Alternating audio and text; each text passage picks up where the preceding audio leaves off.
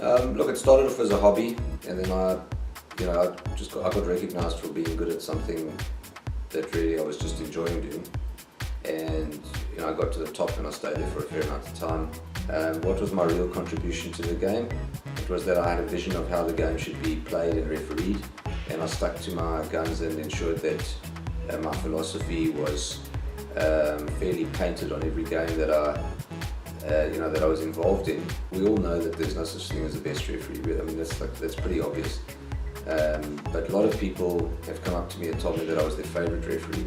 And that's very meaningful because favourite and best are two different things. Well, I mean, I had to have watched other people get it wrong, and so that I can do that better. And there were others that I thought were, similar to me.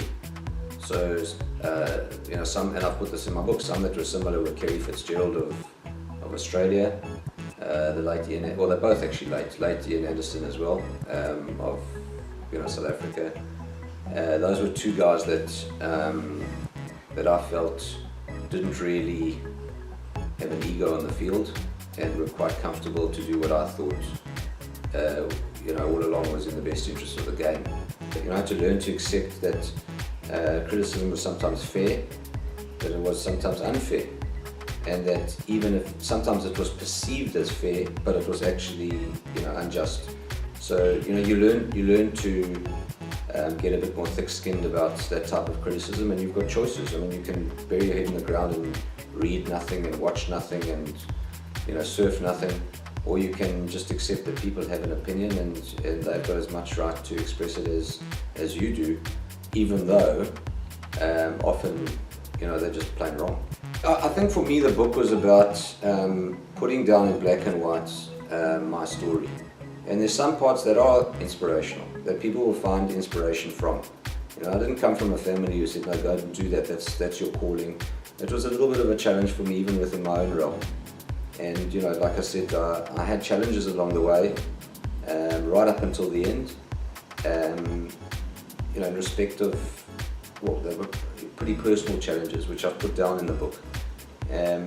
People will take out different things from the book. Some people may not like the language that it's written in. Some people will love the honesty. Some people will say, how could you say that?